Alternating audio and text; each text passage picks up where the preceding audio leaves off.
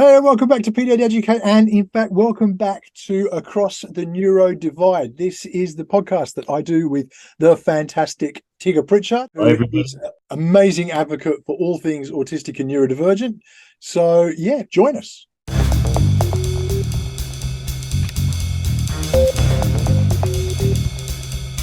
As I say, welcome back to PDA Educate. Before we go on, can you go hit like, hit subscribe, ring the bell? You'll always know when new content's coming up. And welcome back to Across the Neurodivide. It's been a while. We haven't done this for a while with Christmas and all the things going on. But Tigger, welcome back, my man. How are you? Oh, it is. I mean, like, as usual, we've been chatting for like 3 hours before. Sorry about the gap. Christmas does get in the way for so many neurodivergent individuals and families, and it does for me as it did for you and you know the great listeners and watchers out there. But no, it's a whole new year.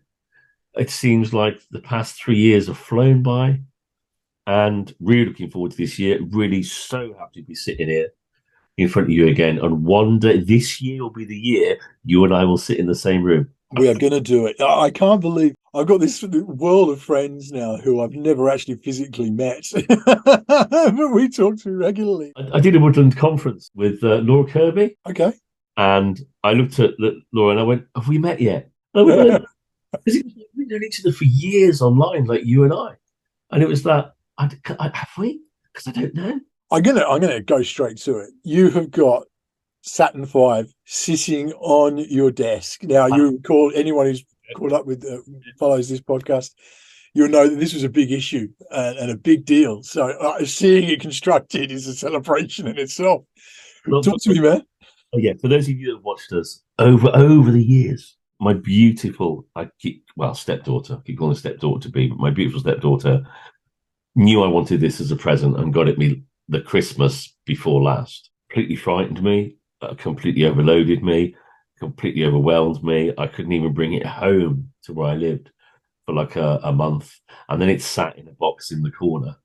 I just kept looking at it, processing it. It was something I've always wanted. But literally on the day, I always had a mini shutdown. I couldn't cope with it. When I knew what it was, you've seen the video and the podcast, I was really, really overloaded by it. And then look how long it took me. Look how long it took me. It started with a young man who was awesomely autistic and a PDA who loves Lego and said, "Can we start it together?" And I went, "Yeah, okay." So we're doing this consultation on Zoom, and he helped me get through the first stages. He helped me progress over the first bit, and then I knew this Christmas I had to finish it. So just before Christmas, I was there at my like kitchen table, and do you know what? Oh wow! It is like one of the. I love Lego, right? It is like one of the most best things ever for hyper focus, for stimming viewpoint, for relaxing viewpoint. I could go on forever for reducing anxiety. I found the time I was doing this incredibly awesome, incredibly satisfying. Every piece felt right. It smelled right. I even tasted a few of them. It was absolutely unbelievable. And now this is extremely precious to me because it's Lego. If it falls over, it smashes into hundreds. I think there are 1,969 pieces there. Near as damn it 2000. That's unbelievable, isn't it? Really beautifully organized, designed, structured. But it now sits in the corner of my kitchen, surrounded by a few coffee machines, because nobody goes in the corner of the kitchen but me. And if ever I get to move somewhere, I'm looking at getting a Perspex case for it. But I recently went to Cardiff to do some work. There's a Lego shop in Cardiff, and I walked into this Lego shop. They've got everything: Batman, Millennium Falcon, Mandalorian, everything, Harry Potter, everything. It's a huge shop. And I walked in, and there was this pure shop assistant there. I walked in, and I just looked at her, and I went, "I can't do this." And I walked out. She must have thought, "What's going on with that guy?" And I felt like going back and going, "Hi, I'm autistic." It's just, I loved it. It's a wee bit of low, but it was like a stepped in and just went, oh, I can't do this. I'm sorry. And went out. I've got to ask, were all the pieces there in the kit? Was there anything missing? No, there's a few extra actually, which, you know what, really freaked me. And then I emailed somebody. I messaged somebody. Went, "Yeah, they always put a few spares in. Don't worry." They usually do. I've had a run of Lego at the moment that is just there's one small piece missing, but it's always integral. And I've had to go online, and you've got to wait 2 weeks for them to get you the piece that was missing, and all this kind of stuff. I was dreading there being a piece missing because that in itself like major, a block. Yeah. but there wasn't. But the fact that there were pieces over really, really worried me. So I kept going back for the manual. I kept re-looking at the piece I'd made it. So actually, that double checking added a lot of time to me building that. Yeah. He's now one of my most precious items. I've got to get a perspex case for it. Even moving it in here. Like I was like, I'm going to do this because I've got to do this. It's fair, but I was like, and even now I'm anxious with it sitting just there. But I'm so she's amazing, and B, I'm so proud. Yeah. I've always wanted. I might have said last time, but the first ever public talk I did was in a school when I was like 8 or 9 or 10, and I had an Airfix Saturn V, and I spoke about how all of it is used. All that comes back is a little command module at the top. Yeah. Not it's just that that's the only bit that comes back. Yeah. But now I've got a Lego one, and I'm over the moon. So yeah, I thought a whole year went by for me to understand the anxiety, the processing, the coping with it, then the need to build it, and the joy of building it took a year, and just reinforcing that you may, excuse me, you may be giving somebody a present, a book or something Lego, and you may be thinking, they've always asked for it. Why aren't they looking at it straight away? Why aren't they unwrapping it straight away? And that's why. And it's one of those things that it leads into more conversation, really, because we've recently we've been needing to decorate our upstairs of our home for a long time, and it's something that's sort of been put off, but still got to the point where it was just desperately needing doing. So we started to get it organized and started to get it sorted, and we're in the middle of it now. We've got one room done so far, but the disruption it causes, I even beyond what I'd realized, because suddenly we don't have a big house. We've got a house that's just big enough for the 4 of us. But to do our room, we had to clear out all of the bits and pieces in there, which means that the kids have had bits and pieces in their rooms just storing while we do one room, and then we can do it with the next. And what I really noticed, my wife's really struggled. So obviously, for those who don't know, my wife is neurodivergent, not diagnosed, but we're aware of it mainly because our daughter is autistic, PDA profile, and it was that sort of that was a lot like me as a kid, and the realization that it's obviously the genetics of it, and that's where it's come from. But what we really noticed was that especially for my daughter, she's become very dysregulated herself, and there's been no real cause for it. Of course, we've had Christmas and we've had all the sort of stuff with that, but the anxiety that's bubbling away that she often represses. And she spoke to me the other day and talked to me, and she actually said she likened it as like, I keep putting a smile on because I think that's what everyone wants to see, but inside I'm feeling really messed up, and I feel it in my stomach, and my head feels like it's foggy and stuff. That's what she feels. And it's because things are so dysregulated. And I kind of fits in with what you're talking about there, because it's something that's, even though this wasn't unexpected, the level of it is unexpected. I didn't realize just how much it was going to have to mess things around, for the couple of months it's going to take. But it really does have an effect, and it sort of falls into that line of it's unexpected. It's something that wasn't part of the original picture, or even if it was, while you can be prepared for something, the stress still piles up underneath in increments.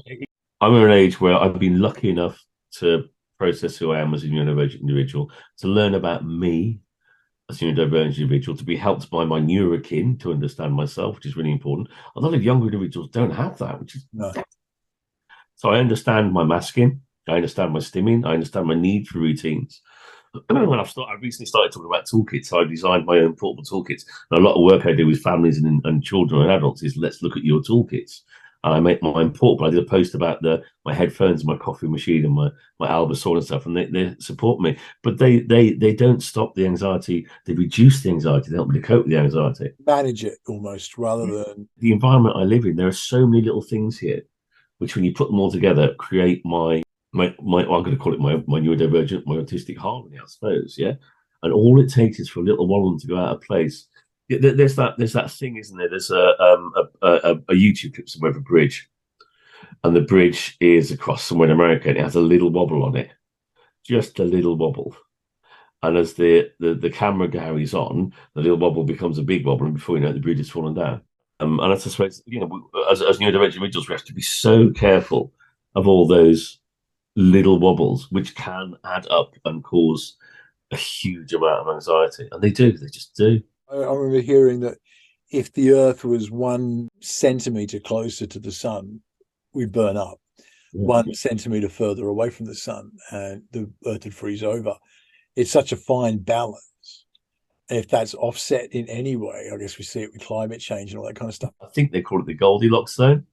Yeah. It's just that would make sense. Cosmologists call it the Goldilocks zone. And I love that because it's just right. Otherwise, we wouldn't be talking, yeah? That's just it. We hear about breathable atmospheres and all that kind of stuff. It doesn't matter if a planet could have a breathable atmosphere, but it's still not going to be right because the temperatures would not be conducive. It just fascinates me. And I think of it, the image that came into my head as we were talking then was that of a needle. So you've got like a needle on a car speedometer. Yep. You've got a certain length of needle. So I'll use this, isn't it? You've got the certain length of needle, but the fulcrum is always here. And so here, a small movement has virtually no effect at the bottom. But if I make a small movement here, it has a big effect on this end. And it's almost like, I think, with neurodivergence, people are further toward this end. So that small adjustment here has such a big effect on this end. It's the disruption of anxiety that has a bigger effect at this end.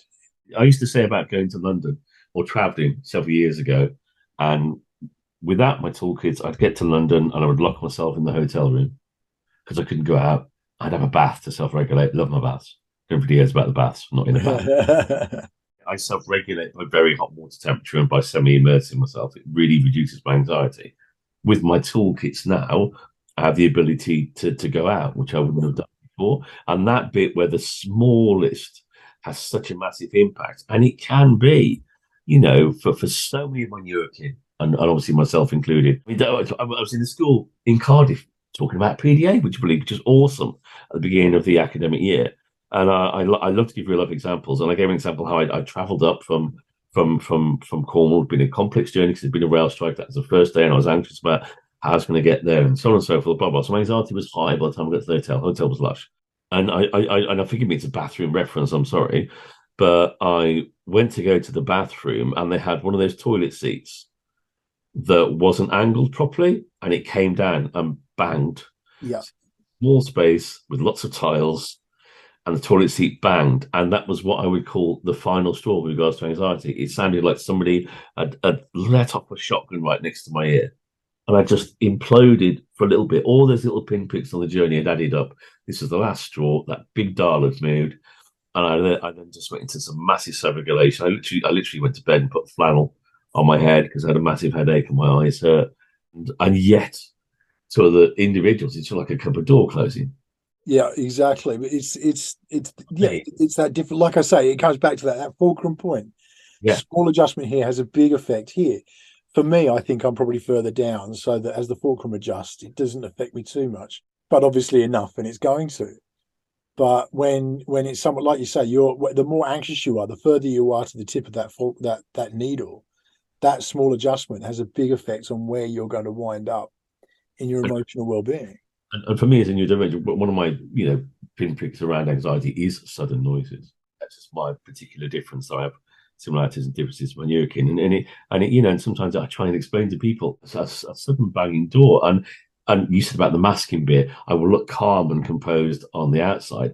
In the inside, I am suddenly screaming with fear, like somebody has just shouted in my ear or somebody's set off a shotgun. And yet that masking bit is you sit there and you're really calm and collected. But those pinpricks, those subtle changes in routines that she has, that I have, and so on, God, they can add up, and they can add up, and so any kind of like toolkit defense mechanism we have is so important. But see some neurotypical, predominant neurotype, whichever term you want to use, individuals just don't see how important the smallest movements are, and the devastating effect they have very quickly, just a little bit down the road. But it's just a door. It's just a motorbike. It's just some new underarm deodorant I've got. But it's not. It's so much more to that person, that individual, for yourself. That loud noises makes total sense to me. Do you find the worst person in the world for me I had a situation many years ago where my friends had met this chap, And basically told me you're never allowed to meet him. And I'm like, why? He goes, oh, you'd be dreadful together. You know, you're just the same. He's like a redneck version of Duncan. I'm like, the redneck Duncan. And I actually met him completely randomly at another thing. And I didn't know who he was at the time, but this guy was really annoying, really annoying. Someone comes to me and says, you know, that was the guy we're talking about. And I'm like, really? He's bugging the hell out of me. I can't go with him. And I realized it's because he was so similar. He was holding that mirror up to me. And all the things you don't like about yourself are being reflected back at you by this person.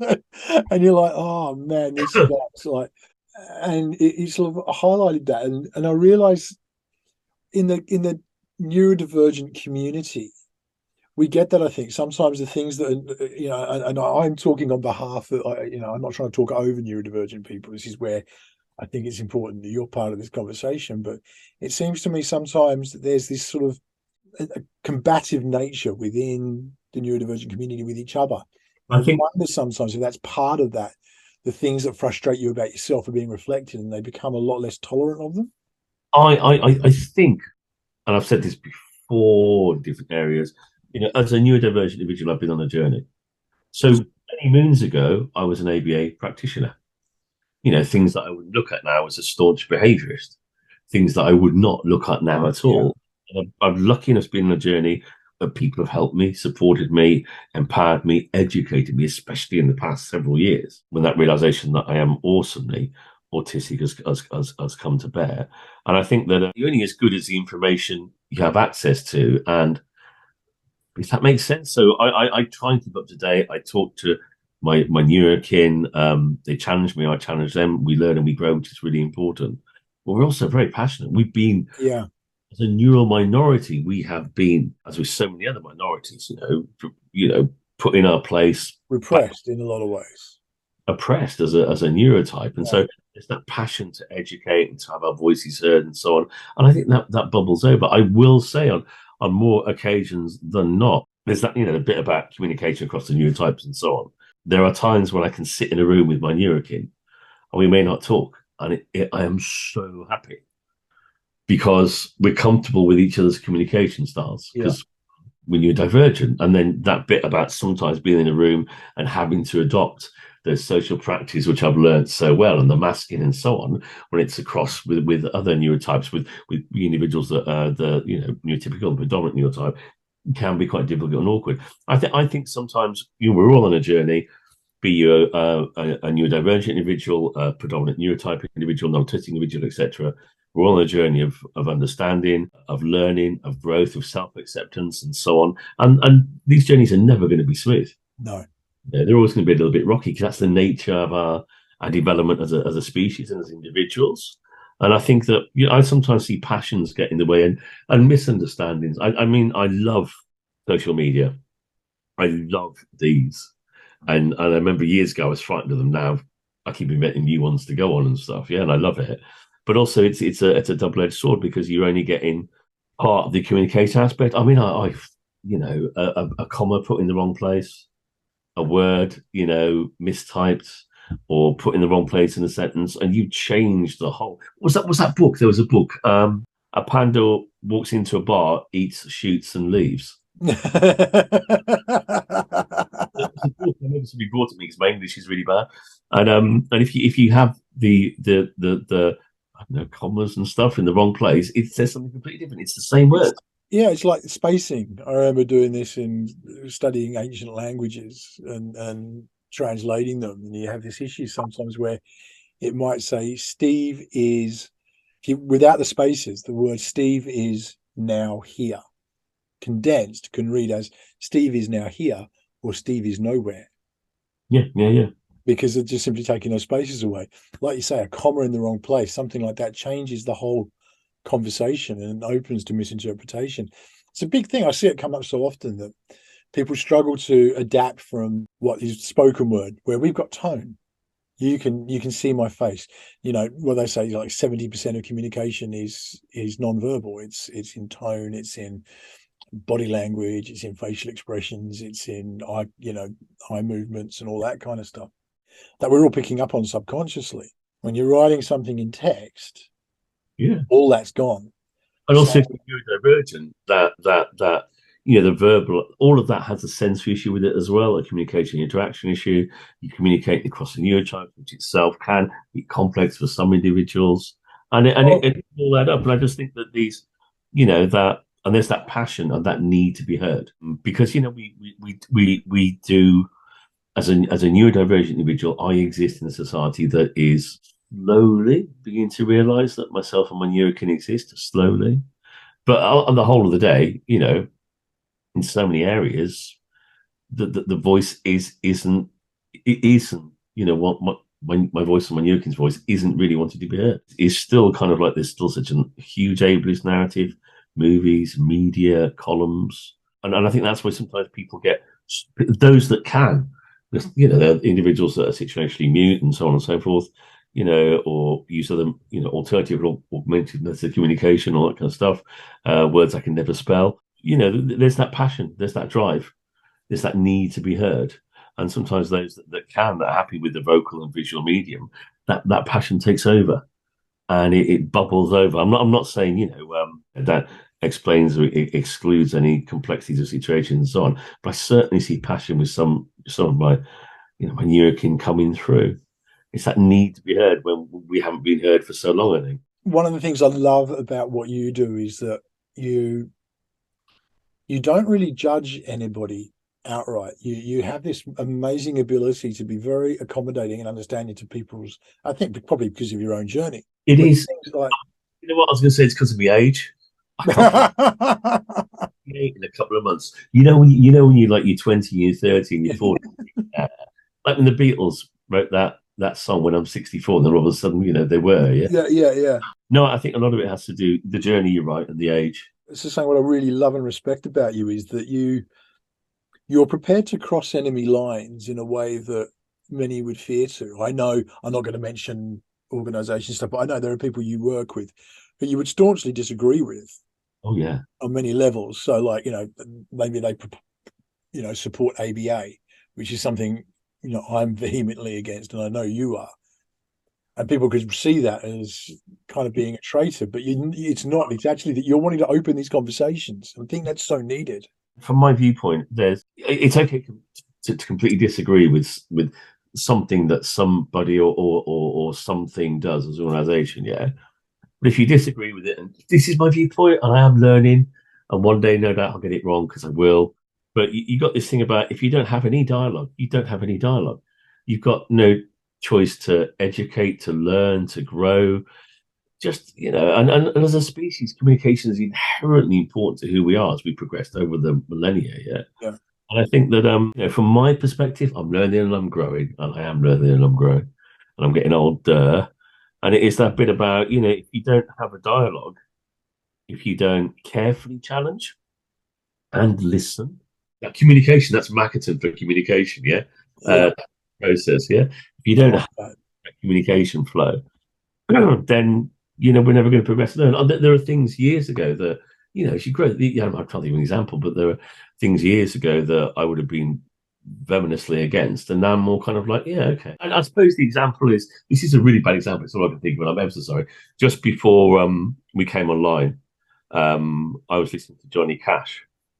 I've just redone my setup here and I had my little speaker. I was listening to Johnny Cash album. Yep. I remember, I think, Dad listening to Johnny Cash when I was a kid, and me going, ugh! Do you know what I mean? Ugh, what is this? Why have I got to listen to this in the car?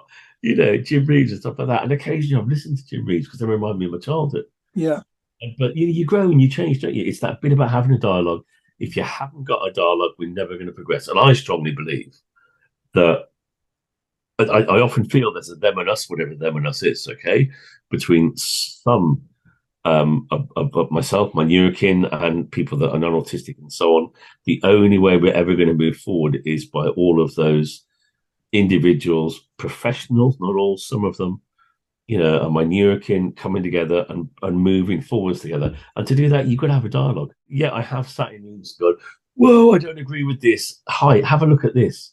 And it may not be accepted at the time, or it may be accepted 3 months later, or somebody may never look at it. You've got to have that dialogue. Got to have dialogue. This is how I feel at the moment. Otherwise, we're never going to progress. I totally agree.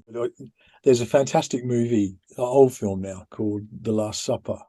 And for those who haven't seen it, the premise is basically that I try not to give too many spoilers away, but it's basically a bunch of students, very left wing, living in a home together, and they wind up in a situation where they're kind of inviting people over they disagree with so that they can eventually kill them, because they see it as removing the a poison from society. And they come back to the Hitler argument is what they use, is that if you could have walked into a bar and there's Hitler sitting there, knowing what he's going to do, kill him there and then to save all those millions of lives and all that suffering. And they eventually get the guy to come to dinner who that is their sort of poster child for hatred kind of thing, everything they stand against. And they pose the question to him and he says, no, I wouldn't kill him. And they're like, yes, we've got him. Why? You wouldn't? He says, no. I would talk to the man because I would want him to see the path he's going on and then try to dissuade him from that path. That's got to be the first step, surely, is dialogue and conversation. And they're all stumped by it. It's like, whoa, hang on. And it was just a really remarkable impact on that, because I think it's the same thing, is that if we go in without that willingness to have open dialogue and talk, if somebody's a staunch ABA advocate, the worst thing I can do is just attack them, because they're just going to dig their heels in and, feet firmly on the ground, and they're not going to move. Then I'm not going to budge. And you're just going to have this immovable object, unstoppable force. It's just going to be like that. Whereas if I'm engaging in conversation, if I'm actually, well, have you thought about what you're doing? What about this side of it? And, hearing back. And there's an ABA, a lady who is an ABA therapist who's left the system, who is just an amazing, she wrote a blog about how she was a proponent of ABA, but she started to see the effects long term it was having on her patients, and she stopped and became staunchly adverse to it. But she had to go through that conversation and actually talk to the people that she was treating to see the damage it was doing long term. If somebody had just been shouting at her, she would have just been, go away. A lot of the problems I have with the career I have, because I have a career as an advocate, mentor, consultant, trainer, all those long words.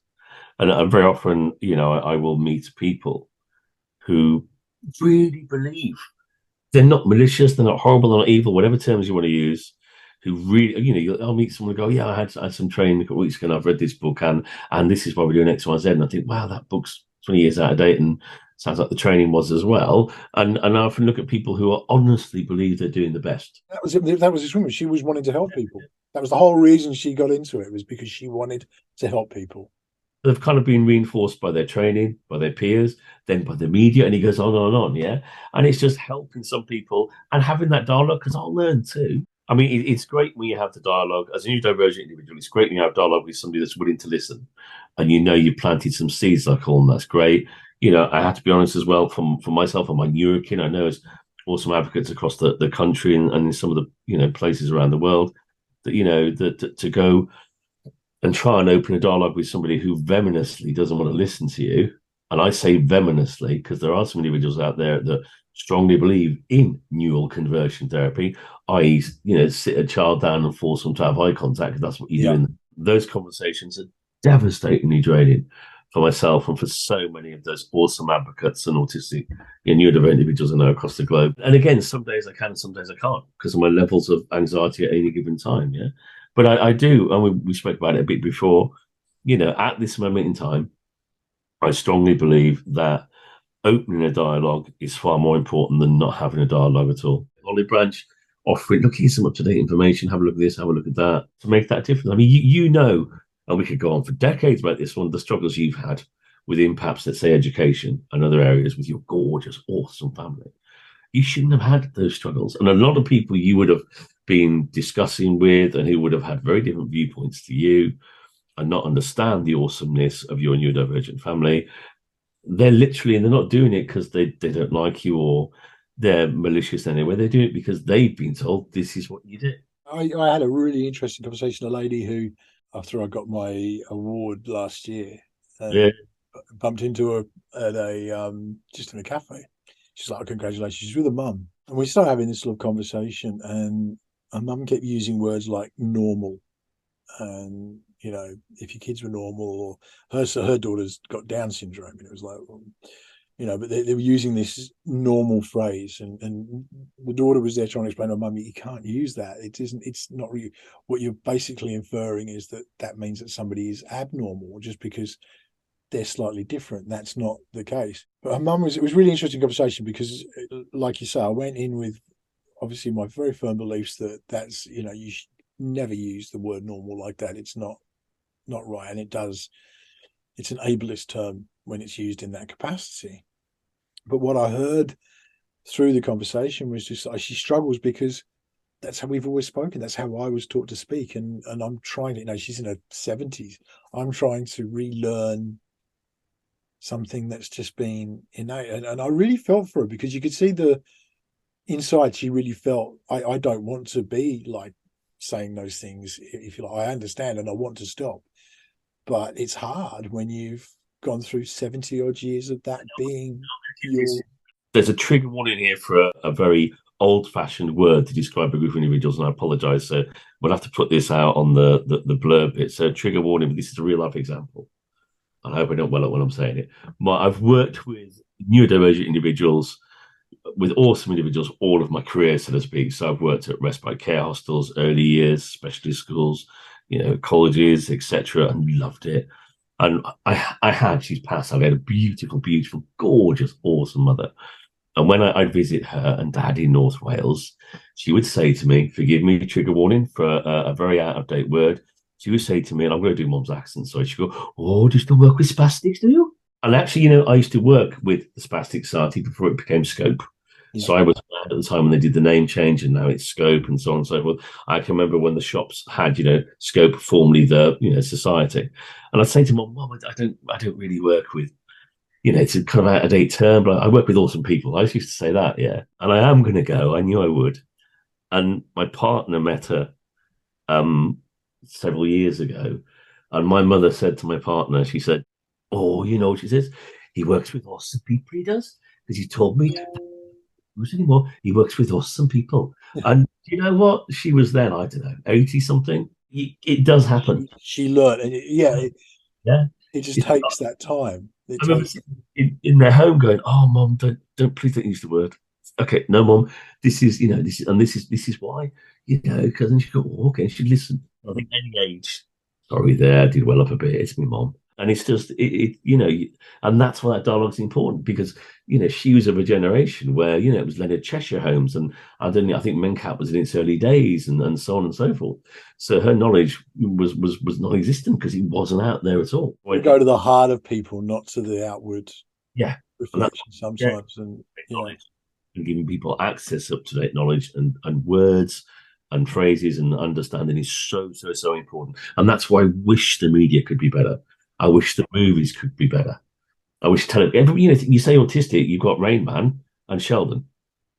Oh, right? and now Sia's music as well, just to add to the depths of shiteness. But yeah, presentations that are you know, have some bits that are interesting, but they're a particular box. They're not, you know, every neurodivergent individual. I really saw this actually come out recently, just the Apprentice a couple of weeks ago, and they were trying to do inclusion videos. Wow, I haven't seen that bit. Oh, just watch it purely on the basis of just seeing how wrong people can get it. And I think the heart was there behind it, but it was just like, you've completely missed the boat. It was offensive in its delivery in the end. And the whole point was, and this is what it suddenly got me to the point where I thought, you know, what is the real problem here? And it's that if you want to be inclusive, don't highlight the disability or the difference. If you had somebody that they were using physical disability as the example, this kid couldn't go down the slide because she was a wheelchair user, and it was really kind of offensively done. And I was fuming a little bit. It's like, the problem was they're highlighting the difference.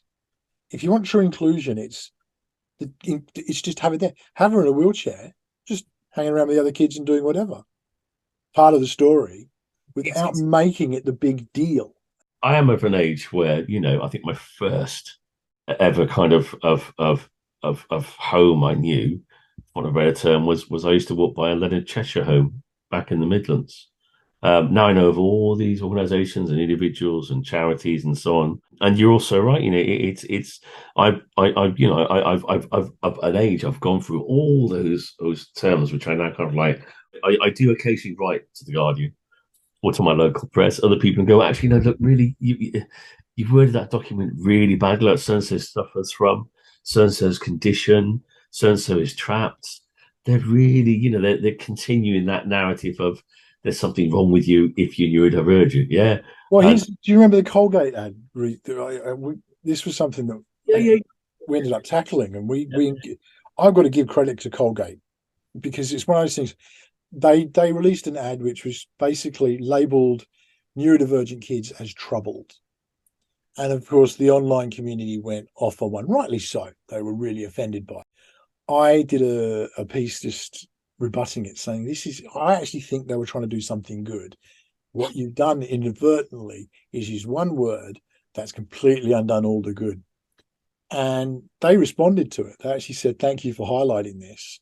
And they changed the ad. They actually changed it so that it was working with autistic kids. I think they label it that it was something that they then, their head of product development said, I'd love it if you'd interview us about this because we want to show that we're genuinely regretful for how it's occurred. Make sure it doesn't happen again. We can use it internally, but it would also be, a good chance to publicly address what about it.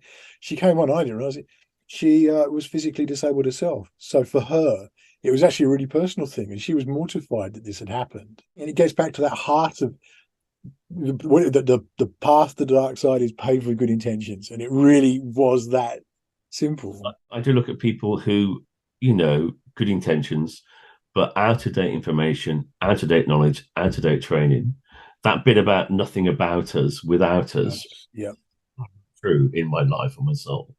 Because you need people to listen. It's really important that they do. And they understand and listen to our voices. There's a thing going on at the moment and about, whether, people are being called I'm furious with this. I think I'll do something about this one, just so like an Instagram post or a blog or something about an expert by lived experience.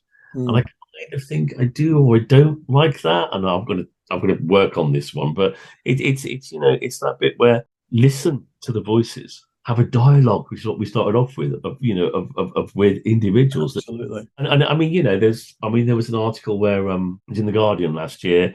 It mentioned about collectively the issues of autistic individuals cost the NHS more money than anybody else combined. But the whole thing kind of reinforces you're wrong and you cost a lot of money. And it is really just change the words, the commas, remember that? And it is fluid at the moment. Words, the words, terminology, stuff in other areas, it's changing all over the planet very, very fluidly, which is gorgeous but frightening in some ways. It's just being up to date and listening to that community, whichever community it may be. Talking with, not over. And I think that's the problem, is often so many people are prepared to talk over. The reason I love doing this stuff like this is because obviously I'm a neurotypical, but I really try very hard to engage as much as I can with the neurodivergent community, because it's that voice I want to amplify, not my own, if that makes sense. But yeah, it's so important. Tigger, mate, I think we can wrap it there. I thank you so much for joining me again. I just love when we do this. It's always so interesting. Thank you so much. I am now, as we're coming to the end of this, as another insight, anxiety was high. I'm having a great time. I did get my stress ball out. Blue tack's gone because I've had a few accidents with blue tack. Long story. But now, as I know we're coming to the end of this, I now know I have to move and put that back in the kitchen. Ooh. And I could, all of a sudden, when I went, we're finishing, I've been comfortable and safe here, and we were having a really good discussion. It's really great. And I've gone, oh no, I've got to move that into the kitchen. And my anxiety has started to spike again with anticipatory anxiety of, I've got to move my Lego set if I'm into the kitchen. But no, as ever, it's been too long. And thank you so much. It's really great to be here in 2023, still nattering with awesome you. Absolutely. Thanks so much for joining us, everyone. We will be back again doing this again, but please do in the meantime go hit like, hit subscribe, ring the bell. You'll always know when it's when new episodes are coming up and new content's going on. And please do comment. We'd love to hear your feedback on this. If you want to go in and just, if you've got experiences or something you'd like to talk about, something you'd like us to talk about, chuck it in the comments. It makes all the difference in the world. We can respond to that. We will see you again on the next episode. In the meantime, please do stay safe. Take care. Bye.